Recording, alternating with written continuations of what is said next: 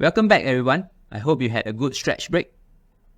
Now we have learned from our previous lecture recording that the platelet plug formed through primary hemostasis may not be sufficiently strong enough to stop bleeding on its own.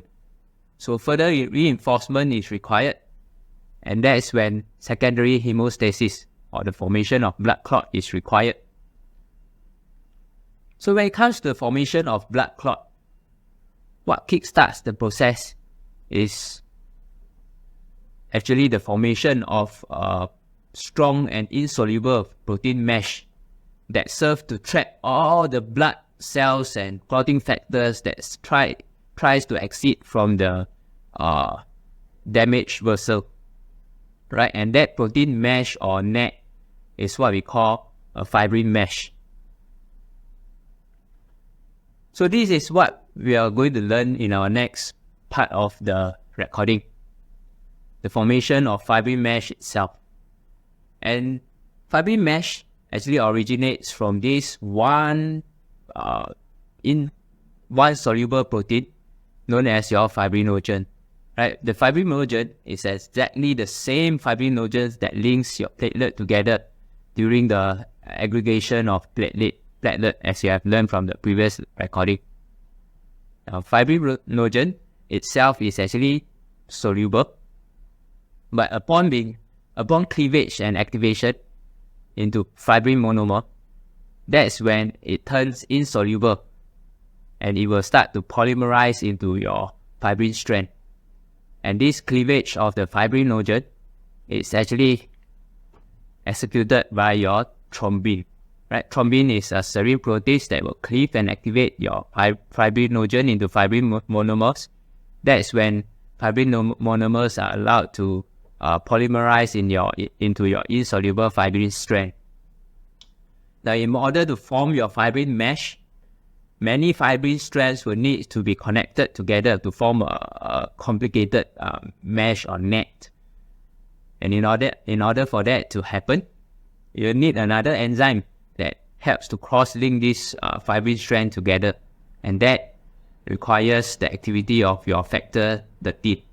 Right? So factor 13 can be actually activated by the same enzyme thrombin here. And upon cleavage and activation, that's when the fibrin stabilizing factor is formed. So fibrin stabilizing factor will then help to cross-link the fibrin mesh together to form cross-link the fibrin strand together to form your strong and insoluble fibrin mesh. So that's how fibrin mesh is formed, and if you look at under the microscope, that's how it actually looks like. The white network here, protein network here, is actually your fibrin mesh, and it helps to trap all the blood cells and clotting factors that tries to exit from the damaged vascular wall. So with that, the clot can form, and hence it blocks or stop the bleeding process. Now, some of you may start asking, wow, if thrombin is so important, and what happens if it starts activating or start creating fibrin mesh everywhere in the circulation, and clot starts forming everywhere in the circulation? Wouldn't that be catastrophic as well? Because with thrombus or clot forming in places that you do not want them to form, then embolism may happen, right? The clotting of the capillaries and the blood vessels by the clot may happen. So, question here is that how then does the body prevent spontaneous or uncontrolled clotting? Something needs to be in place to make sure that thrombin doesn't go around everywhere and anywhere to start initiating the formation of fibrin mesh. And how is this regulated? This is how, right? So in order for thrombin to be not going around activating or cleaving your fibrinogen, thrombins are usually maintained in the circulation as an inactivated enzyme known as prothrombin. So prothrombin here is a zymogen. So zymogens are inactivated form of an enzyme, and it can only be active when it is cleaved and activated into its active thrombin form. So who is the factor or what is the factor that activates prothrombin into thrombin? That's your factor 10. Alright, factor 10, upon activation to factor 10A, and in the presence of calcium as well as cofactor 5A, that's when it will be able to cleave and activate prothrombin into thrombin and kickstart the formation of fibrin mesh. So then the next question would then be who or how is factor 10 being regulated here? And this brings me to the complicated coagulation cascade. So as we have learned in the previous slide, upon activation of your factor 10 into 10A, that's when prothrombin can be cleaved and activated into thrombin, and fibrin can then be cleaved into fibrin meshwork. And that's how your clot starts to form. In order for factor 10 to be activated into 10A, there are two pathways that carry out this function. The first would be your extrinsic pathway. So extrinsic pathway starts with this. Assuming that you have a puncture blood vessel, right, and there's exposed collagen fibers. These exposed collagen fibers or the damaged tissues would then release a mixture of glycoprotein known as your tissue factor, or sometimes also known as thromboplastin. Alright, and because tissue factor comes from external sources, that's why this particular pathway is known as your extrinsic pathway. So upon the release of tissue factor would then be able to bind and activate your factor 7 into factor 7A. And the activation of factor 7A would then allow it to cleave and activate your factor 10 into factor 10A. And this has to be done in the presence of calcium. Together, tissue factor and your factor 7 forms your extrinsic pathway. And this is a rather fast and simple pathway because it involves only one clotting factor, which is your factor 7 here. Now, unlike your extrinsic pathway, there's another pathway that is more complicated, and that is your intrinsic pathway. And your intrinsic pathway is initiated by this circulating plasma protein known as your factor 12. Right? So factor 12 is a rather special protein because upon contact with external or foreign surfaces, for example, your exposed collagen fibers, or foreign surfaces like your glass test tubes or any foreign materials that is introduced into the circulation, factor 12 can then actually undergo conformational change, and that is in the presence of platelet phospholipids, right? With this, it can then be activated into factor 12A, and factor 12A is actually a serine protease that can cleave and activate further downstream clotting factors, and in this case, it will be factor 11, and then factor 9, and factor 9 upon activation into factor 9A would then be able to cleave and activate your factor 10. And this step again has to be in the presence of cofactor 8A. So you can see from here that this entire set of clotting factors here is actually form your intrinsic pathway. And it is known as intrinsic because the very first factor that initiates the pathway itself, which is your factor 12, is actually an endogenous part of the circulatory system itself. Hence the reason why it's called intrinsic. Okay, now I also wish to highlight the fact that if you recall from your earlier recording, we actually encourage people to stop or apply pressure on the bleeding site using hemostatic dressings. And the reason of which is because hemostatic dressing actually serves as a form of foreign surface, especially if it contains hemostatic agent. It actually serves as a foreign surface that kickstart or augment the initiation of the intrinsic pathway.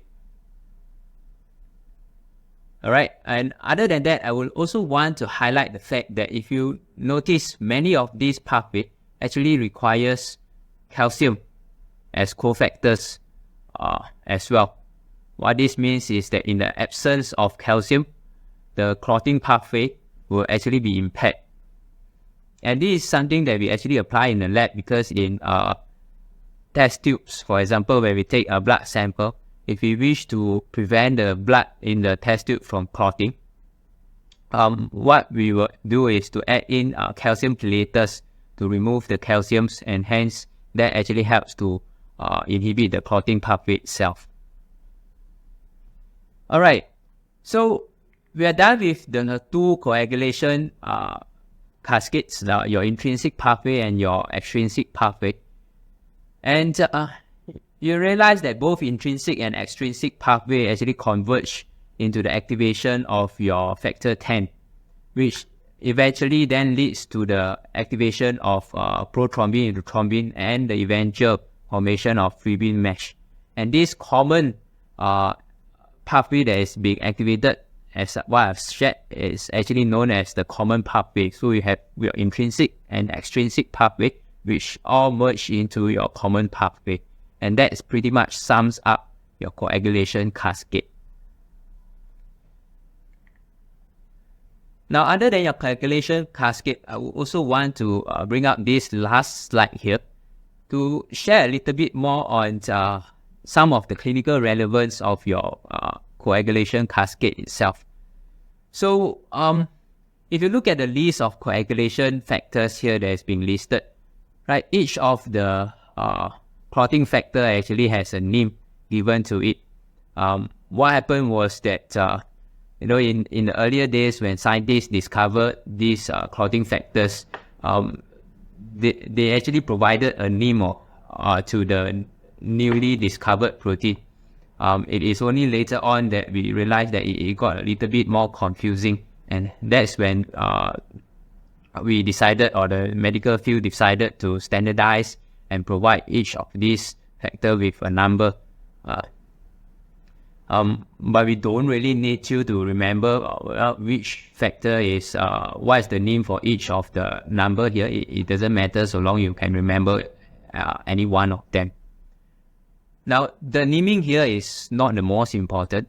What's more important here is that if you realize here, there's actually a list of 12 common clotting factors being discovered today. Some of you may ask, there's actually 1 to 13. Why do you just say it's 12? The reason of which is because factor 6 here is absent, because it was discovered later on that factor 6 is actually a duplicate of another factor. So they actually remove it because it's actually the same protein as another factor. So yes, in total we have 12 factors. And what's more important here is actually the nature as well as the source of the clotting factors itself.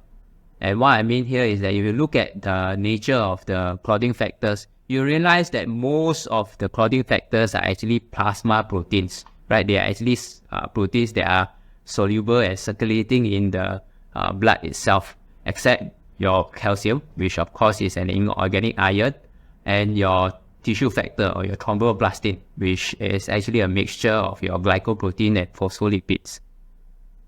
Now, in terms of the source of these clotting factors, you realize that most of the factors are actually produced in the liver, except your thromboblastin, right, your tissue factor, and that is being released by your damaged tissue.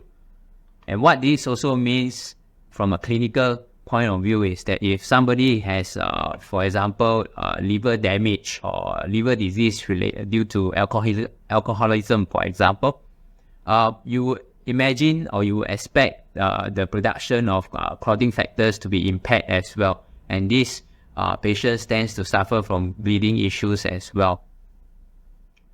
Now, other than the fact that most of the clotting factors are produced by the liver, I also wish to highlight to you these 4 particular clotting factors with an asterisk here. And that's your clotting factor 2, 7, 9, as well as 10. And these 4 factors here, in particular, actually requires vitamin K for their production in the liver. What this means is that if somebody is deficient in vitamin K, these 4 factors will be impaired, and you would also expect bleeding issues in in these patients as well.